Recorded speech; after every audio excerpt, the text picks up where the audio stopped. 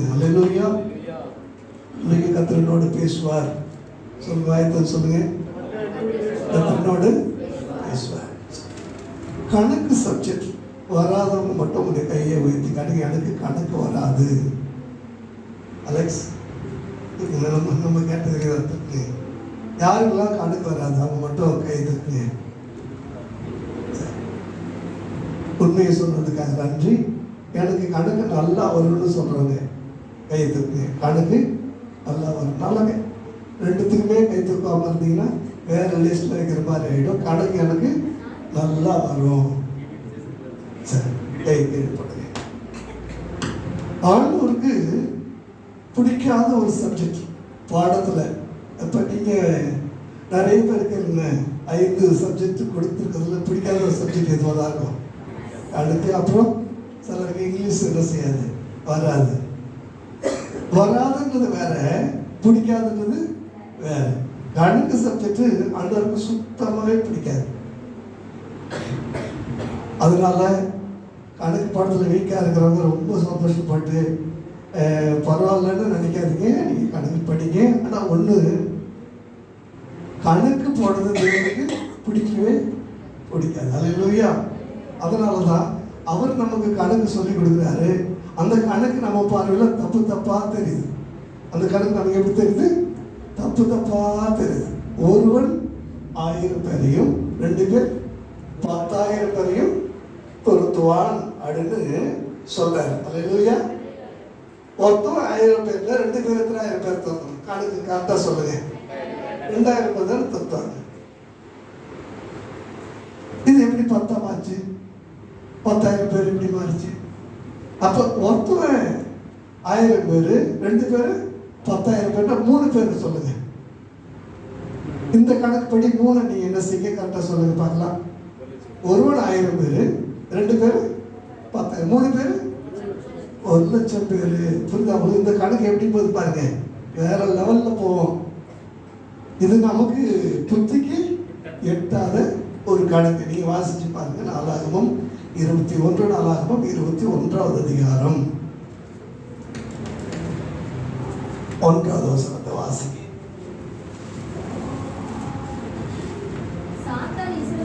சாத்தான் இஸ்ரவேலுக்கு விரோதமாக எழும்பி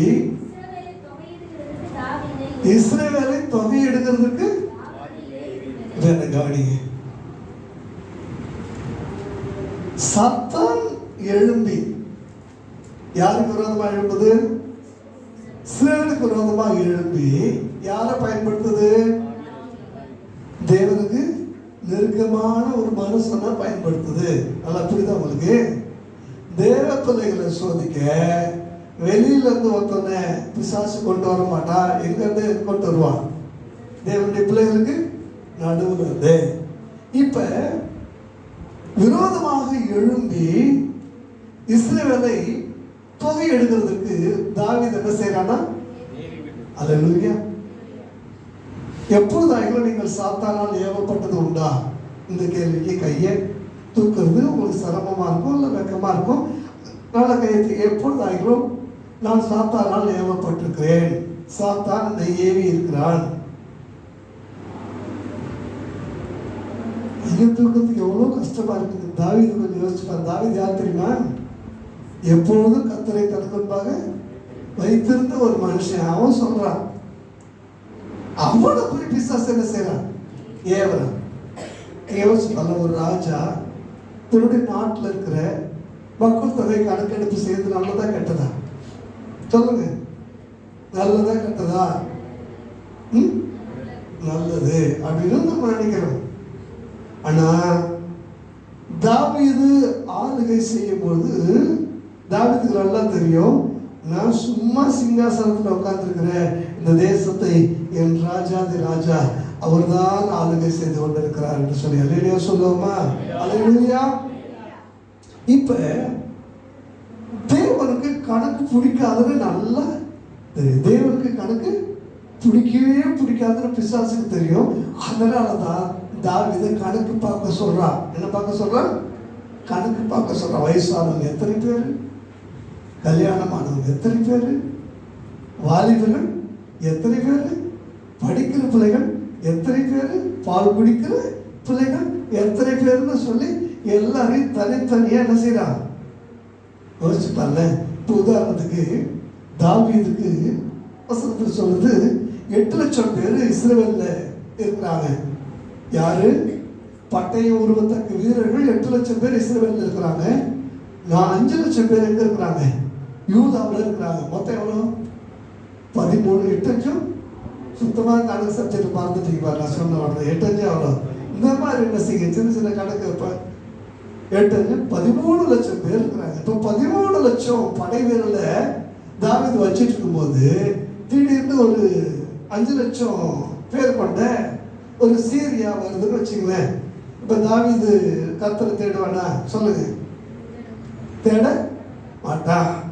இந்த 13 லட்சத்துக்குள்ள என்ன வந்தாலும் பார்த்துக்கலான்னு சொல்லி அவன் எந்த சூழ்நிலையே கர்த்தரை தேட மாட்டான். பார்ப்பான்.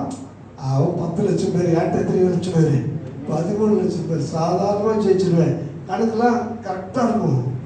ஆனால் பாபிலோன் வருது, பல லட்சக்கணக்கான கடற்கரை மணலத்திரியான திரளான கூட்டம் வரும்பொழுது இப்போ கணக்கு போட்டு பார்ப்பான், தலை ஆகாது. இப்போ எங்க வருவான்? ஐயோ அம்மான்னு மாறில் அடிச்சுட்டு ஆண்டவரேன்னு சொல்லி வருவான். நல்லா கவனிங்க, உங்க கணக்கு சரியா இருக்கும் பொழுதெல்லாம் கர்த்தர் உங்களை விட்டு தூரமாக இருப்பார். எப்போதெல்லாம் உங்க கணக்கு தப்பாதோ அப்பெல்லாம் நீங்க கர்த்தரை என்ன செய்றீங்க? தேட ஆரம்பிக்கிறீங்க. உங்க கணக்கு எப்பொழுதுமே அது தப்பா முடியும். ஜாக்கிரதையா இருங்க. எல்லாம் இருக்கிற காலத்துல நீங்க சந்தோஷமா இருக்கிறீங்க. அது உங்க கணக்கு. எதுவுமே இல்லாத காலத்திலேயே நீங்க சந்தோஷமா இருக்கணும்னு நினைக்கிறது அது அவருடைய கணக்கு. அல்லேலூயா. யாருடைய கணக்குல வாழ போறீங்க? உங்க கணக்குல நீங்க வாழ்ந்தீங்கன்னா மிகப்பெரிய பிரச்சனை. இந்த பகுதியை வீட்டுக்கு போய் இந்த 1 நாளாகமம் 21ஆம் அதிகாரத்தையும் 2 சாமுவேல் 24வது அதிகாரத்தையும் முழுவதுமாக நீங்க வீட்டில் போய் வாசிங்க. சொன்ன உடனே அப்படியே நீங்க கீழே குடியிருங்க. எனக்கு கவனிங்க. எனக்கு ரொம்ப சந்தோஷம். எல்லாம் நோட் வச்சிருக்கிறீங்க, டைரி வச்சிருக்கிறீங்க, எழுதுறீங்க, குறிக்கிறீங்க. ஆனால் எல்லார் கையிலையும் ஒரு டைரியும் ஒரு பேனாவும் இருக்கிறத நான் பார்க்கணும். அது எனக்கு ஒரு பெரிய ஆசை. ஒரு பைபிள் ஸ்டடியில் இருப்பது போல ஆண்டோடைய வார்த்தைகளை நீங்கள் என்ன செய்யணும்? குறித்து கொள்ள வேண்டும். 1 நாளாகமம் 21 அதிகாரம் 2 சாமுவேல் 24வது அதிகாரம். இப்போ என்ன ஆச்சுன்னா, யோவாப் இந்த இடத்துல எனக்கு யோவாப் மேல ஒரு பெரிய மதிப்பு மரியாதை. யோவாப் சொல்றான், ராஜாவே இந்த காரியம் உங்களுக்கு தூரமாக இருப்பதாக. இப்பொழுது இருக்கிறதை பார்க்கணும் ஜனங்கள் ஆண்டவர் 1000 மடங்கு வர்த்திக்க பண்ணுவாராக, பெருக பண்ணுவாராக. ஏன் நீங்க எப்படி ஒரு காரியத்தை செய்றீங்க? ஜனங்களை எதுக்கு தொகை எழுதுங்க அப்படின்னு சொல்லி அவனை செய்யறான். சொல்றான், கர்த்தருக்கு பிடிக்காதது யாருக்கு தெரிஞ்சு போச்சு? யோவாவுக்கு தெரியுது. சாதாரண ஒரு மனுஷனுக்கு தெரியுது. யாருக்கு தெரியல. ஆமா, இவன் சொல்றான். கடைசியில் இவருடைய வார்த்தை தான் என்னாச்சு? ஓகேது. இப்ப எல்லாம் கிட்டத்தட்ட போய் 9 மாதம் 20 நாட்கள் தேசம் முழுக்க போய் என்ன செய்யறாங்க? மக்களை எண்ணிட்டு வராங்க. எண்ணிட்டு வந்த அந்த தொகையை தாவீது கையில கொடுத்த உடனே தாவீதுக்கு நெஞ்சு அடைச்சிருச்சு. தாவீதுக்கு அப்படியே மனசுக்குள்ள வாதிக்குது. ஐயோ நான் தப்பு பண்ணிட்டேன், ஐயோ நான் தப்பு பண்ணிட்டேன். இப்படி ஒரு உணர்வு உனக்குள்ள வந்த உடனே நாத்தான் தீர்க்கதரிசிக்கு வராரு. தாவீதுட்ட வராரு.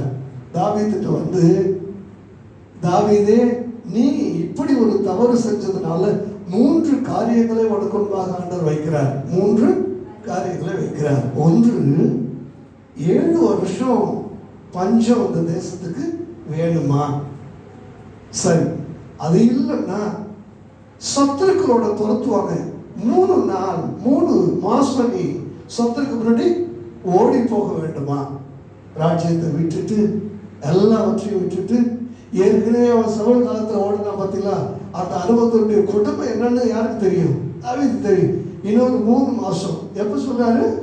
எல்லா சொகுசும் வந்து அரண்மனை வந்து சிங்காசனம் வந்த பிற்பாடு யாராவது ஏற்றுக்க முடியுமா? கொஞ்சம் யோசிச்சு பாருங்க. 3 மாசம். சரி, அது இல்லைன்னா 3 நாள் கொள்ளை நோய் வரும். என்ன நோய் வரும்? 3 நாள் கொள்ளை நோயில ஒட்டு மொத்தமா எல்லாரும் கூட என்ன செய்யலாம்? செத்து போகலாம். எல்லாரும் கூட செத்து போகலாம். ஒருவர் கூட மிஞ்சி போகாம போகலாம். 3 காரியத்தில் எது வேணும்னு சொன்ன உடனே அப்படியே தாவீது அப்படியே கை காலில் ஆடுது. அவன் என்ன சொல்லணும்னு வாசிச்சு பாருங்க. 21வது அதிகாரத்துல 21வது அதிகாரம் 13வது வசனத்தை வாசிங்களேன். கொடி இடுக்கணில் அகப்பட்டிருக்கிறேன், கர்த்தருடைய கையில் விழுவேனாக. அப்படி இறக்குங்கள் மகா பெரியது. எப்போ வரான் பாருங்க. எப்போதான் கணக்கு தப்பாவதோ அப்பெல்லாம் நீங்க எங்க வர்றீங்க? அப்போதான் கை தருது. யார் கை தருது? ஐயோ என் கையில இல்லை, இப்ப யாரு கையை பார்க்க வேண்டியதா இருக்கு? அவர் கையை பார்க்க வேண்டியதா இருக்குது. என்கிட்ட கணக்கு தப்பா போறப்பெல்லாம் நான் யாரை பார்க்குறேன்? இன்னைக்கு ஒன்று சொல்றேன், நீங்கள்லாம் இருக்கிறீங்க, எனக்கு கவனிங்க. இந்த 2026 நான் வேலைக்கு போறேன். வாரம் எனக்கு 5000னா மாதம் 20000 அப்படின்னு வச்சு இந்த மாதம் 20000 வீட்டு வாடகை, கரண்ட் பில்லு, மளிகை, ஸ்கூல் ஃபீஸு, போக்குவரத்து, இது எல்லாம் போக மாதம் ஒரு 5000 ரூபா நான் சேமிக்க போகிறேன்னு நீங்கள் ஒரு கணக்கு என்ன செய்றீங்க? போடுறீங்க. ஒரு முதலாளி என்ன பண்ணுறாருன்னா, நான் இந்த தொழிலுக்கு இத்தனை லட்சம் நான் முதலீடு பண்ணுறேன், எடுத்துகிட்டு இதை ஒரு 6 மாதத்தில் என்ன செஞ்சிருவேன்? எடுத்துருவேன். முதல் நாள் பெங்களூரில் ஒருத்தர் அப்படி தான் பேசியிருந்தார். 6 மாதத்துல நான் போட்டதை என்ன செஞ்சிருவேன்? எடுத்துருவேன். யோசிச்சுட்டு எவ்வளோ கணக்கை கரெக்டாக போட்டு வச்சு. இந்த 6 மாதத்துல பேரிடர் வருமோ, பஞ்சம் வருமோ, கொள்ளை நோய் வருமோ, யார் இருப்பாங்களோ, யார் ஏன் நீயே இருப்பியோ, யோசிச்சு பாருங்க. நம்ம கணக்குலாம் எப்படி போது பாருங்க. அப்படி எல்லாம் நீங்க கணக்கு என்ன செய்றீங்க? பார்க்குறீங்க. இந்த கணக்கு பல சமயத்துல தோற்றத்தை பார்த்து நிதானிக்கிற நிதானம் நமக்கு என்ன செய்யக்கூடாது? இருக்கக்கூடாது. ஆண்டவர் சொல்றார். பேதுரு ஒரு முறை வந்து கேட்கிறார், ஆண்டவரே நான் எத்தனை முறை என் சகோதரனை மன்னிக்கணும்னு கேட்கிறார். அவரே ஒரு அளவு சொன்னார். 7 தரம் மன்னிச்சா போதுமா அப்படின்ட்டார். இப்ப உடனே உன் கணக்கு தப்பு, ஏன் கணக்கு கேளு. 7 70 தரம். இவனுக்கு ஏற்கனவே படிப்பறிவு இல்லாதவன். நம்ம இந்த கணக்கை கமாலியல் பாதத்தில் போய் உட்கார்ந்தாலும் அவனால என்ன செய்ய முடியாது?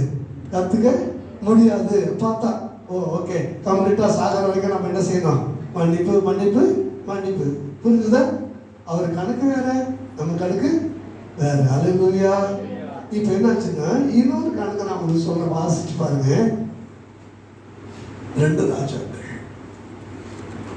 4வது அதிகாரம் 42வது அதிகாரம் 42வது வசனத்திலிருந்து 44வது வசனம் வரைக்கும் வாசிங்க. சில சமயத்தில் நான் சொல்ற வசனத்தை கடற்கடை நீங்க என்ன செய்யறது வாசிக்கணும்.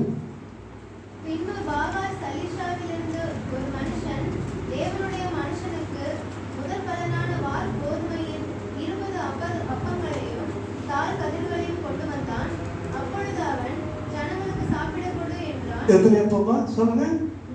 20 அப்பத்தை ஒருத்தன் கொண்டு வரான். எலிசா சொன்னாரு, என்ன செய்ய ஜனங்களுக்கு சாப்பிட கொடுன்னு சொன்னாரு. அடுத்து வாசிங்க.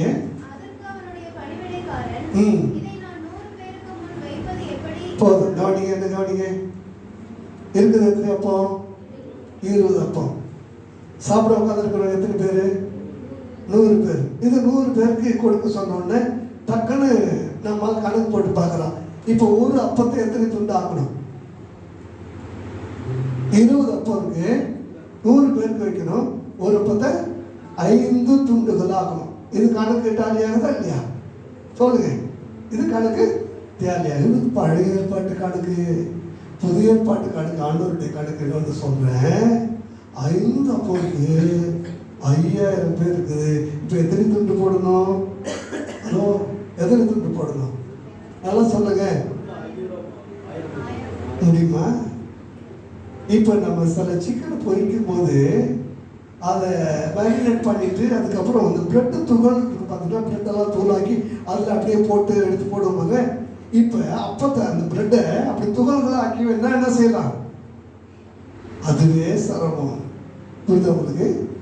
ஒரு அப்பத்தை 1000 துண்டுகளாக இருக்கும். யோசிச்சு பாருங்க. கணக்கு காரியமா? உங்க கணக்கு ரொம்ப ரொம்ப கஷ்டம். சில வசனங்களை நான் சொல்றது கடகன்னு நீங்கள் என்ன செய்ய வாசிங்க.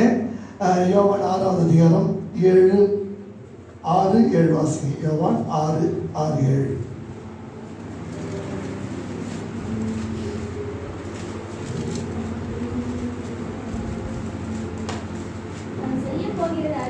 யோவான் 6வது அதிகாரம் இல்லைம்மா அதுக்கு கீழே வாசிங்க. இல்லை கரெக்டா?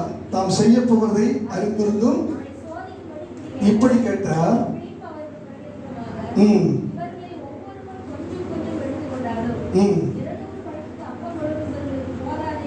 இப்ப என்ன சொல்றாருன்னா, இவர்கள் சாப்பிடத்தக்கதாக அப்பங்களை எங்கே கொள்ளலான்னு கேட்கிறார். இது கேள்வி. இவ்வளவு ஜனங்க வந்துட்டாங்க, இவங்க சாப்பிட்றதுக்கு எங்க போகலாம்? அன்னபூர்ணா போகலாமா, இல்லை வேற சரவண பவா போகலாமா? எங்க போனா இவங்களுக்கு அப்பம் வாங்கலாம்னு அங்க அவர் என்ன செய்யறாரு, கேட்கிறாரு. கேட்ட உடனே இவன் கணக்கு போடுறான். எப்படி கணக்கு போடுறான்? தான் கையில இருக்கிறத வச்சு கணக்கு போடுறான். இப்ப இவங்க கஜானாவில் எவ்வளவு இருக்கு? 200 பணம் இருக்கு. 200 பணத்துக்கு மொத்தம் அழிச்சு போய் வாங்கிட்டு வந்தாலும் இவ்வளவு பேர் அதில் கொஞ்சம் கொஞ்சம் இவங்களுக்கு திருவந்து கூட என்ன செய்ய முடியாது, கொடுக்க முடியாதேன்ற ஒரு சூழ்நிலை. கணக்கு எங்கிருந்து போடுறான்? தான் கையில இருக்கிறத வச்சு கணக்கு போடுறான். 2026 நான் சொல்றேன், தயவு செஞ்சு உங்க கையில இருக்கிறத வச்சு கணக்கு போடாதீங்க. தேவனே சில கேள்விக்குறியான சூழ்நிலைகளை உங்களுக்கு முன்னால வைப்பார். எங்கே கொள்ளலாம், இத்தனை பேருக்கு அப்பத்தை எங்கே வாங்கலாம்னு சொல்லி சில கேள்விகளை தேவனே உங்களுடைய லைஃப்ல வைப்பாரு. அந்த கேள்விகளுக்கு பதிலா கேட்டவரையே பாருங்க, கேட்டவரே பாருங்க. உங்கள்கிட்ட கேள்வி கேட்கிறவர் எங்க தான் நிக்கிறாரு?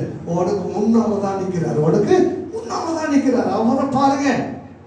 இப்ப அவர் சொல்லுவார், அடுத்த வசனத்தை வாசிச்சு பாருங்க.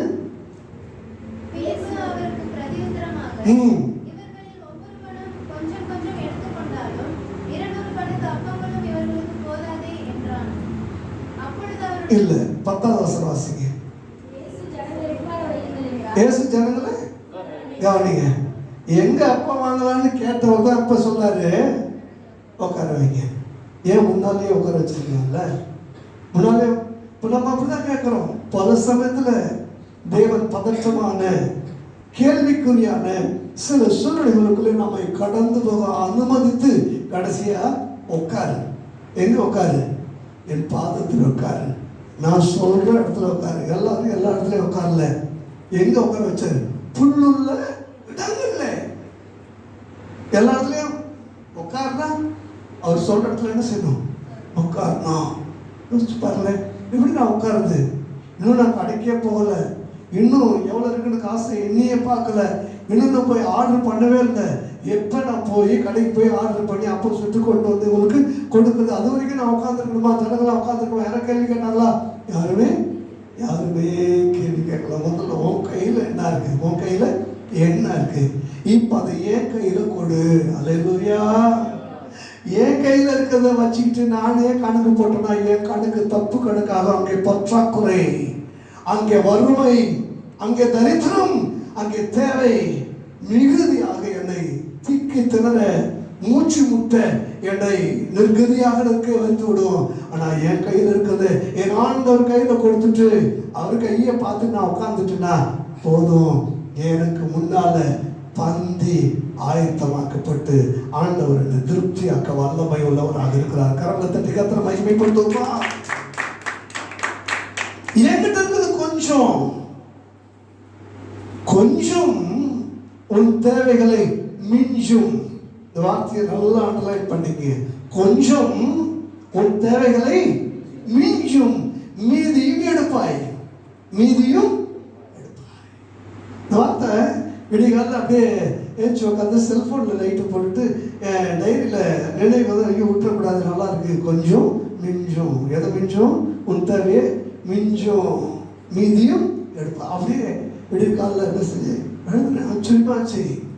என் கையில் இருக்கிற கொஞ்சத்தை அவர் கையில் கொடுத்துட்டு நான் உட்காந்துட்டேன்னா எல்லாவற்றையும் திருப்தியாக்கி மீதி எடுக்க அவர் போதுமானவராக இருக்கிறார். அல்லேலூயா சொல்லுவோமா? அல்லேலூயா. இன்னொரு வசனத்தை கூட நீங்க வாசிக்கலாமா? மார்க் 8ஆம் அதிகாரம் 4வது வசனம். மார்க் 8:4. அதற்கு அவருடைய சீஷர்கள், இந்த வனாந்தரத்திலே ஒருவன் எங்கே இருந்து அப்பங்களை கொண்டு வந்து இத்தனை பேர்களை திருப்தியாக்கக்கூடும் என்றார்கள். இங்க இத்தனை பேர் என்று சொல்லி அவங்க எண்ணிட்டாங்க. எத்தனை பேர் நீங்க வாசி பார்த்தீங்கன்னா உங்களுக்கு தெரியும். அதுல 4000 பேர் இருந்தாங்க. இருக்கா பாருங்க. சாப்பிட்டவர்கள் ஏறக்குறைய 4000 பேர். 9வது வசனம். எத்தனை பேருன்னு எண்ணிட்டாங்க. எத்தனை பேர்னு எண்ணிட்டாங்க. கவனிங்க, எத்தனை பேர்னு எண்ணிட்டாங்க. இருக்கிற இடம் வனாந்திரமானதுன்னு உணர்ந்துட்டாங்க. ஒண்ணுமே இல்லைன்னு அவங்களுக்கு தெரியுது. ஆனா ஆண்டவர் கட்டளையிட்டார், பந்தி இருக்க. அந்த வசனத்தை கவனிங்க, பந்தி இருக்க. வாசிங்க அந்த வசனத்தை.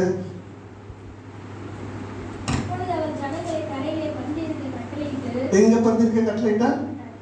நல்லா சொல்லுங்க. இது புல்லு இடமா, புல்லு இல்லாத இடமா? தரையில போய் உட்கார சொன்னாரு. தரையில இதெல்லாம் நியாயமா ஒரு சேர் போட்டா நல்லா இருக்கும், டேபிள் போட்டா நல்லா இருக்கும். ஆனா எங்க உட்கார சொல்றாரு? தரையில உட்காருதா? இல்ல இல்ல இல்ல, எங்க உட்கார சொன்னாலும் என்ன செய்யணும்? உட்காரு. அல்லேலூயா. அது வனாந்தரம், நல்லா தெரியுது வனாந்தரம். அந்த வனாந்தரத்துல எங்கயா உட்காருது? 3 நாள் உட்கார்ந்து பார்த்துட்டோம். இப்ப திரும்பவும் உட்காருதா?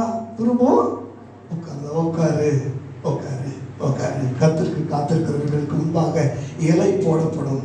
கர்த்தருக்கு காத்திருக்கிறவர்களுக்கு முன்பாக ஆகாரம் பரிமாறப்படும். கர்த்தருக்கு காத்திருக்கிறவர்கள் புது பலன் அடைவார்கள், எழும்புவார்கள். அல்லேலூயா. ஒரு வேளை ஆகாரத்துல 40 நாள் இரவும் பகலும் நான் ஸ்டாப்பா ஒருத்தனால நடக்க முடியுமானால், தேவனுடைய பாதத்தில் அமர்ந்திருக்கிற உனக்கு தேவன் பரிமாறுகிறதான ஆகாரம் இந்த ஆண்டு முழுவதும் உன்னை நடத்தும். கரங்களை தட்டி கர்த்தரை மகிமைப்படுத்துவோமா? ஹல்லேலூயா, ஹல்லேலூயா. வாசிச்சு பாருங்க. ஒரு 2 ராஜாக்கள் 6வது அதிகாரம் 15வது வசனம் முதற்கொண்டு 17 வரை வாசிக்கும் போது வசனத்தை குறித்துக் கொள்ளுங்கள். மற்றவர்கள் தெளிவாக கவனமாக கவனிக்க வேண்டும். 2 ராஜாக்கள் 6வது அதிகாரம் 15வது வசனம் முதற்கொண்டு 17வது வசனம் வரை. தேவனுடைய மனுஷரின் வேலைக்காரர் அதிகாலமே எழுந்து வெளியே புறப்படுகையில் ராணுவமும் குதிரைகளும் ரதங்களும் பட்டணத்தை சுற்றி கொண்டிருக்க கண்டான். ஐயோ என் ஆண்டவனே என்ன செய்ய? கவனிங்க, எலிசா தீர்க்கதரிசி அவனோடு ஒரு வேலைக்காரன் எங்க இருக்கிறாங்க? மலை மேல இருக்கிறாங்க. காலையில வேலைக்காரன் எழுந்திருச்சு பார்க்கறான். மலையை சுற்றிலும் தேசத்தை சுற்றிலும் யார் தான் இருக்கிறா? சிரியருடைய ராணுவம் வந்துருச்சு. யாரை பிடிக்க? நாட்டை பிடிக்கவோ ராஜாவை பிடிக்கவோ இல்லை. நல்லா கவனிங்க, நாட்டை பிடிக்கவும் இல்லை, ராஜா பிடிக்கல. யாரை பிடிக்க? ஒரே ஒரு மனுஷனை பிடிக்க. யாரை பிடிச்சிட்டு வர சொல்றாரு? இந்த எலிசா பிடிச்சிட்டு வா. இந்த எலிசா தானே நான் பள்ளி அறையில படுக்கை அறையில பேசுறது யாருக்கு சொல்றான்? அந்த ராஜாவுக்கு சொல்றான். அவன் ஒருத்தனை நாம வச்சுட்டோம்னா போற இடத்துல நம்ம என்ன செய்யலாம்? அவனை உயிரோட பிடிச்சிட்டு வர சொல்லி அனுப்புறான். காலையில பார்த்தா பெரும் படை அப்படியே சுற்றி இருக்கு. ஐயோ ஆண்டவரே, நாம் என்ன செய்யும் என்ன செய்யும்? அது ஒரு அதிகாலை, அது ஒரு விடியல். யோசிச்சு பாருங்க. இன்னைக்கு சொல்றேன், 2026 ஒவ்வொரு விடியலும் என் ஆண்டவரே உமக்கு நன்றி அல்லேலூயா என்று சொல்ல வைக்க வேண்டுமே ஒழிய ஐயோ அம்மான்னு சொல்ல வைக்க கூடாது. ஐயோ என் ஆண்டவரே நான் என்ன நோ, ஒருவதும் பயப்படாதீங்க. அதிகாலையில் நீ எழுந்திரிச்சு பார்க்கறது ஒருவேளை அது நிஜமா இருந்தா கூட கொஞ்சம் கண்ணை கசக்கிட்டு பாருங்க. உங்க நிஜத்துக்கு அப்பாற்பட்ட இன்னொரு பெரிய நிஜத்தை உங்களுக்காக கர்த்தர் வைத்திருக்கிற ஒரு பேருண்மையின் தரிசனத்தை கர்த்தரோடு என்ன செய்வார்? காண்பிப்பா. சொன்ன ஒரு அர்த்தம் நடந்துச்சு. வாசிச்சு பாருங்க. பயப்படாதே. இந்த வார்த்தை கேட்ட உடனே கண்ணை கசக்கிட்டு பார்க்கறான். என்னடா அது? ஒண்ணுமே நம்ம கூட யார் நிற்கிறான்னா யார் மட்டும் தான் இருக்கிறா? எலிசா ஒண்ணுமே இல்லை. ஆனா எலிசா சொல்றான் அவங்களோட இருக்கிறது நம்மோடு. இப்ப நீ வீட்டுக்கு போய் வந்து படிச்சு பாருங்க. எலிசா ஜெபம் பண்றாரு. ஜெபம் பண்ண பிற்பாடு அவருடைய கண்ணு திறக்கப்படுது. கண்ணை திறந்த உடனே அந்த மலை முழுக்க எப்படி இருந்துச்சு பாருங்க. அக்கினிமயமான குதிரைகளாலும் ரதங்களாலும் அந்த மலை நிறைந்திருக்கிறதை நிறைந்திருக்கிறவன் இப்ப பயப்படுவானா? பயப்பட மாட்டான். ஏன்னா தெரியும், இப்ப பக்கத்துல வரக்கூடியவங்க எரிஞ்சு சாம்பல் ஆயிடுவாங்க. அல்லேலூயா.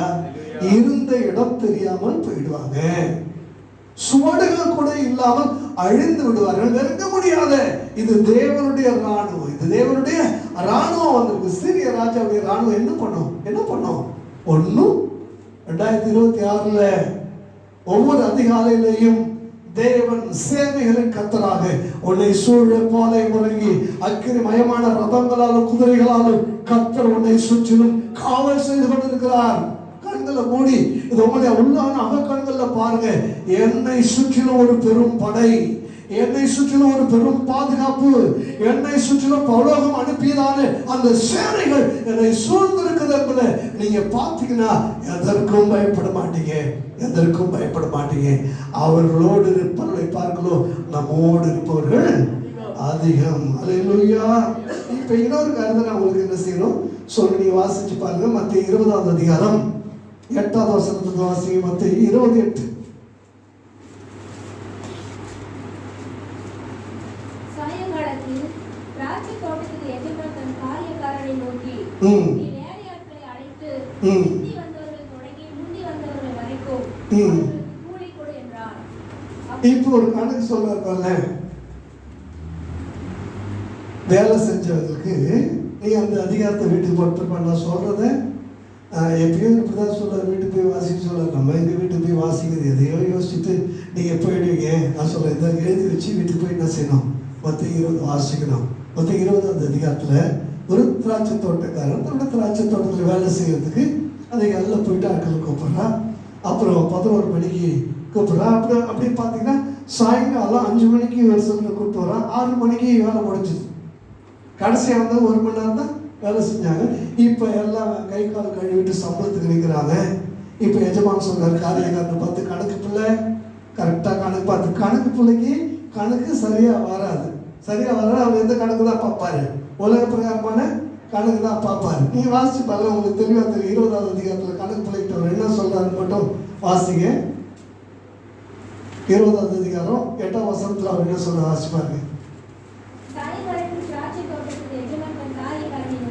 காரியக்காரனை நோக்கி நீ வேலையாட்களை அழைத்து இப்ப சொல்றாரு பாருல, அவனுக்கு சொல்றாரு, எவன் கடைசியா வந்தாலும் அவனை எங்க நிறுத்து. இவனுக்கு தலைக்கு நம்ம கணக்குள்ள நம்மகிட்டே இவர் என்ன செய்யறாரு? நம்ம தான் எல்லா காரியங்களையும் இது வரைக்கும் இவர் இல்லாதப்பெல்லாம் நம்ம கரெக்டாக பார்த்து எல்லாம் போயிட்டு பண்ணி செஞ்சுருக்கிறோம். இன்னைக்கு இவர் வந்துட்டு திடீர்னு சொல்றாரு, கடைசியா வந்தவனை எங்க நிறுத்து? முன்னாடி நிறுத்து. முன்னால வந்தவன பின்னால நிறுத்து. முந்தினோர் பிந்தினோராயும் பிந்தினோர் முந்தினாராயும். இதுதான் அவனுடைய கணக்கு. நீ யாரை அற்புதமா நினைக்கிறீங்களோ அற்புதமா அவர் மாற்றுவாரு. யாரை சாதாரணமா கீழே குடிச்சு பார்க்கணும்னு நினைக்கிறீங்களோ ஒரு நாள் அவங்களை நீங்க அண்ணாந்து பார்க்க வேண்டிய நிலமா இருக்கும். யாரெல்லாம் நீங்க விமர்சிக்கிறீங்களோ நீங்க ஒரு நாள் நீ விமர்சிச்சவங்க உயரத்துல இருக்கிறவங்க பார்த்து வாயை பழந்து நிற்க வேண்டிய சூழ்நிலை கத்தர் உண்டாக்குவாரு. அதனால இன்னைக்கு ஆண்டவரே, என் கணக்கெல்லாம் தப்பு கணக்குப்பா, இனிமே உங்க கணக்குக்கு முன்னால நான் என்ன செய்யறேன்? நிற்கிறேன். நான் காரியக்காரன் தான், எனக்கு கணக்கு தெரியும். ஆனா நீங்க எதை முன்னால நிறுத்த சொல்றீங்களோ அதை தான் நான் முன்னால நிறுத்தணும். என் இஷ்டத்துக்கு நான் எதையும் முன்னால நிறுத்தக்கூடாது தகப்பனே. இப்ப அந்த காரியக்காரன் யாரை முன்னால நிறுத்துறான்? பிந்தி வந்தவர்களை முந்தி நிறுத்துறான். முந்தி வந்தவங்க நிறுத்துறான், பின்னால நிறுத்துறான். இப்ப நிறுத்தின உடனே அடுத்து யோசிக்கிறான், டைமிங் கால்குலேட் பண்றான். இந்த காரியக்காரன் டைமிங் கால்குலேட் பண்றான். பண்ணி சம்பளத்தை கொடுன்னு சொல்லும் போது இப்ப பிந்தி வந்தவனுக்கு எவ்வளவு கொடுக்குறான்? 1 பணம் கொடுக்குறான். இப்ப அடுத்தடுத்து வந்தவங்களுக்கு 1.5 பணம், 1.25 பணம், 2 பணம், 2.5 பணம் என்ன செய்யணும்? அப்படிதான் கொடுக்கணும். ஆனா பக்கத்துல எஜமான் சொல்றாரு, அதையே கொடு, ரிப்பீட் 1 ரூபா. அந்த 1 பணத்தையே என்ன செய், திரும்ப கொடு. இந்த கணக்கு பிள்ளைக்கு கணக்கே புரியல.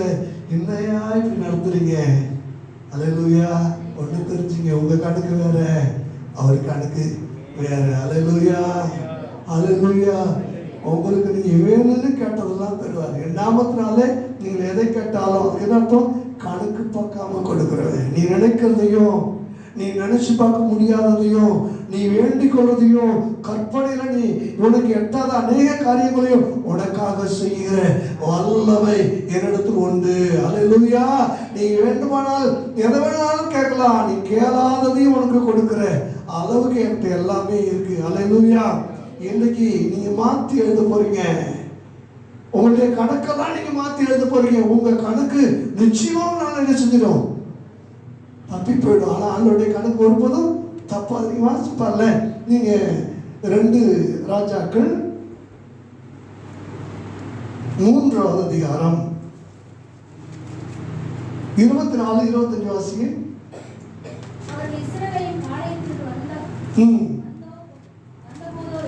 அந்த போதோவெனில் 23 வாசிக்கிறீங்க. 24-23 வாசிங்க.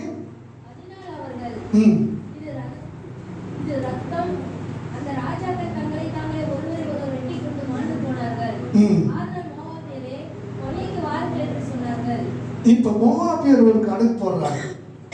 கவனிங்க, இந்த உலகம் போடுற கணக்கு கவனிங்க. மோவாபியர் கணக்கு போடுறாங்க. என்ன கணக்குன்னா, காலையில பள்ளங்களை வெட்டி, ஆண்டோடைய வார்த்தையின்படி பள்ளங்களை வெட்டி வச்சிருந்தவங்களுக்கு என்ன வந்துருச்சு, தண்ணீர் வந்துருச்சு. தண்ணி குடிச்சிட்டு நம்ம ஆட்கள் தாகத்தை இருந்துட்டு இப்ப எப்படி இருக்கிறாங்க, எல்லாம் போன உயிர் வந்து திடகாத்திரமா இருக்காங்க. திடம் கொள்ளுங்கள் என்ற வார்த்தையின்படி திடமா இருக்கிறாங்க. திடமா இருக்கிற இந்த சமயத்துல தண்ணீர் ஏதோ வழியா ஓடி வந்த தண்ணீர் அவங்க ஊர்ல காலையில அந்த சூரிய வெளிச்சத்துல அவங்க கண்ணுக்கு எப்படி தெரியுது, ரத்தமா தெரிஞ்ச உடனே இப்ப டக்குன்னு கணக்கு கால்குலேட் பண்றாங்க. யாரு கால்குலேட் பண்றா? மோவாபியர்கள் கால்குலேட் பண்றாங்க.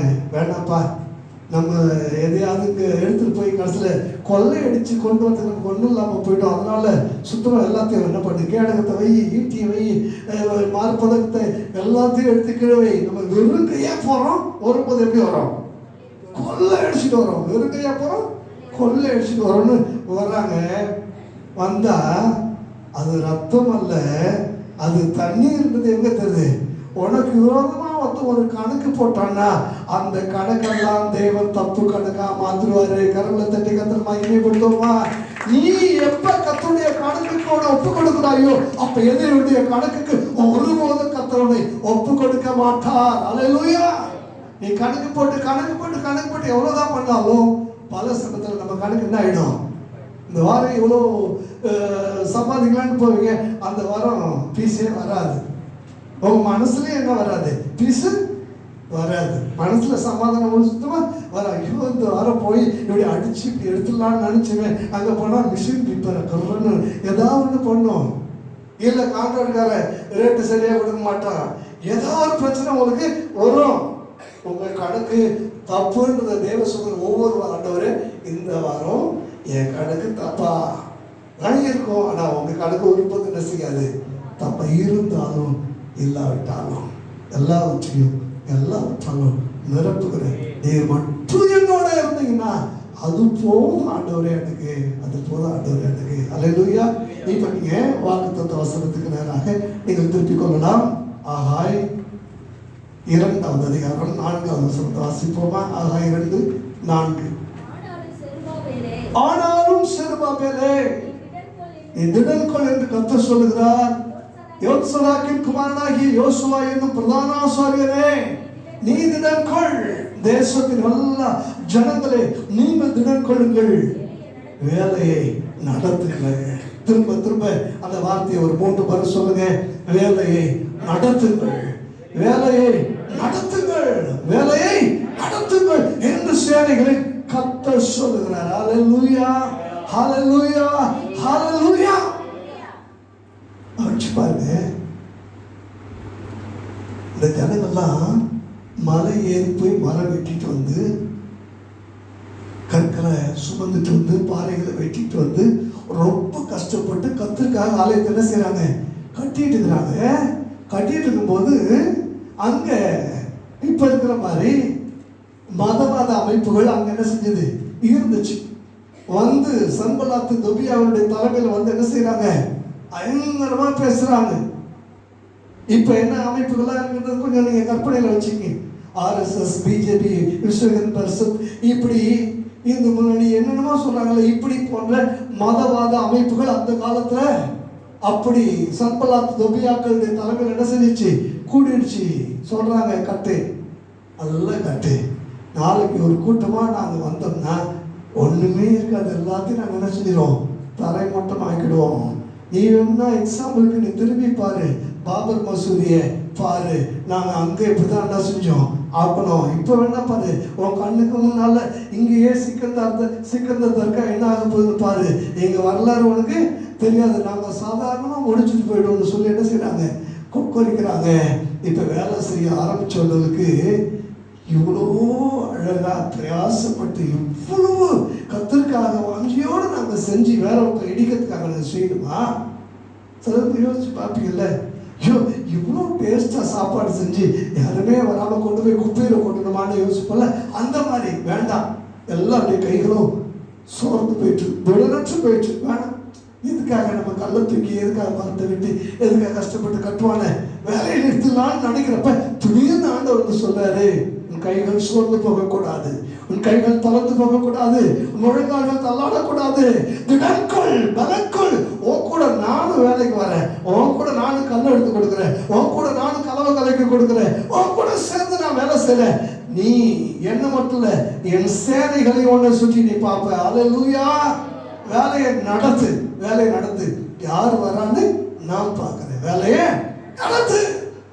எதையாவது ஒன்று தொடங்கிட்டு சில பேர் யோசிப்போம், ஐயோ வேலைக்கே போயிட்டு இருந்திருக்கலாமோ, கம்பெனியே தொடங்கி இருக்க கூடாதோ, இதையே செஞ்சு இருந்திருக்கலாமோ. இல்ல, ஆண்டவர் சொல்றார், வேலையை நடத்து, வேலையை நடத்து, வேலையை நடத்து. சேவைகளை கத்த உன் கூட நான் இருக்கிறேன், நான் இருக்கிறேன். என்னை மீறி யாரும் ஒன்றும் செய்ய முடியாது, ஒன்றும் செய்ய முடியாது. அல்லேலூயா. உன்னை தொடுகிறவன் என் கண் மணியை தொடுகிறான். அல்லேலூயா. சேனைகள் கத்தரனுக்கு அதான் சொல்றாரு, உன் கணக்குப்படி ஏற்காது, ஏன் கையை பாரு. அல்லேலூயா. எழுப்போமா தேவ சமூகத்துல. அல்லேலூயா. எனக்கு பிரியமான தேவனுடைய பிள்ளைகளே, இந்த வார்த்தைகளை மனசுக்குள்ள வை. தொகையிடாதே, எண்ணி பார்க்காதே, லக்கம் பார்க்காதே, கணக்கு போடாதே. கணக்கு போட்டு நீ இருக்கும்போது கர்த்தர் உனக்கு தேவைப்படுவதில்லை. உன் கணக்கு எல்லாம் போதுமான அளவுக்கு இருக்கிற வரைக்கும் கர்த்தர் உனக்கு தேவைப்படுவதில்லை. கணக்குக்கு அப்பாற்பட்டு தேவைகள் பெருகும் போதுதான் கர்த்தர் உனக்கு தேவைப்படுகிறார். ஸோ உன் கணக்குக்கு மிஞ்சி தேவைகள் அதிகமாகும் போது கர்த்தர் தேவைப்படுறாரு, அப்பதான் கர்த்தர் உன்னால தேடப்படுறாரு. ஆனா தாவீது சொல்றான், இப்படி ஒரு தவற வாழ்க்கையில செஞ்ச பிற்பாடு அடுத்து ஒருபோது இனிமே நான் கணக்கு போட மாட்டேன். உண்மை எப்போது கணக்குப்பாக நிறுத்தி நோக்கி கொண்டு இருக்கிறேன். நான் கணக்கு போட மாட்டேன். கணக்கு போட்டா நான் அசைக்கப்படுவேன். நான் வயசையும் பார்க்க மாட்டேன், சைஸையும் பார்க்க மாட்டேன், கோலியாத்தையும் பார்க்க மாட்டேன், சிங்கத்தையும் பார்க்க மாட்டேன், கரடியும் பார்க்க மாட்டேன். நீங்க சொன்னீங்கன்னா நான் போவேன் தகப்பனே, நீங்க சொல்றதை நான் செய்வேன். வனாந்திரம் நான் எப்படி வாய்க்கால வெட்டுறது, சூழலை பார்க்காத, வாய்க்கால வெட்டு, வாய்க்கால வெட்டு. வனாந்திரம் எப்படி ஜனங்களை பந்தி இருக்கு உட்கார வைக்கிறது இல்ல, கர்த்தருடைய வார்த்தை உட்கார வை, உட்கார வை. கர்த்தருடைய வார்த்தை ஒரு அதிசயத்தை செய்யும். கர்த்தருடைய வார்த்தை உன் கணக்க மிஞ்சி காரியங்களை செய்யும். ஹalleluya, ஹalleluya. ஒரே மனுஷனை முறியடிப்பது போல ஒட்டுமொத்தமான மீதியான் தேசத்தை நீ முறியடிப்பாய். ஒரு தேசத்தை ஒரு மனுஷனை போல கொஞ்சம் யோசிச்சு பாருங்க. கிதியோனுடைய கணக்கு மீதியானில ஏறத்தாழ 10 லட்சம் பேருக்கு மேல இருக்கிறாங்க. நான் ஒருவன் இல்ல, நீ ஒருவன் ஒரு மனுஷனை எதிர்கொள்வது போல அந்த 10 லட்சம் பேரை நீ முறியடிப்பாய். ஆண்டுடைய வார்த்தை பாருங்க. இந்த 2026 ஆண்டு உனக்கு முன்பாக எவ்வளவு பெரிய தேவையாக வேண்டுமானால் இருக்கலாம், உனக்கு முன்பாக எவ்வளவு பெரிய எதிர்பார்ப்பு வேண்டுமானால் இருக்கலாம். உன்னால முடியாது முடியாது முடியாதுன்னு எல்லா சூழ்நிலையும் உனக்கு முன்னால வந்து உன்னை எள்ளி நகையாடலாம். ஆண்டவர் சொல்றாரு, திடன்கள் உட்கூட நான் இருக்கிறேன், வேலையை நிறுத்தாதே, வேலையை நடத்து. Jesus, Jesus, thank you Lord. அசாத்தியங்கள் சாத்தியமே, தேவாவுங்கள் வார்த்தையாலே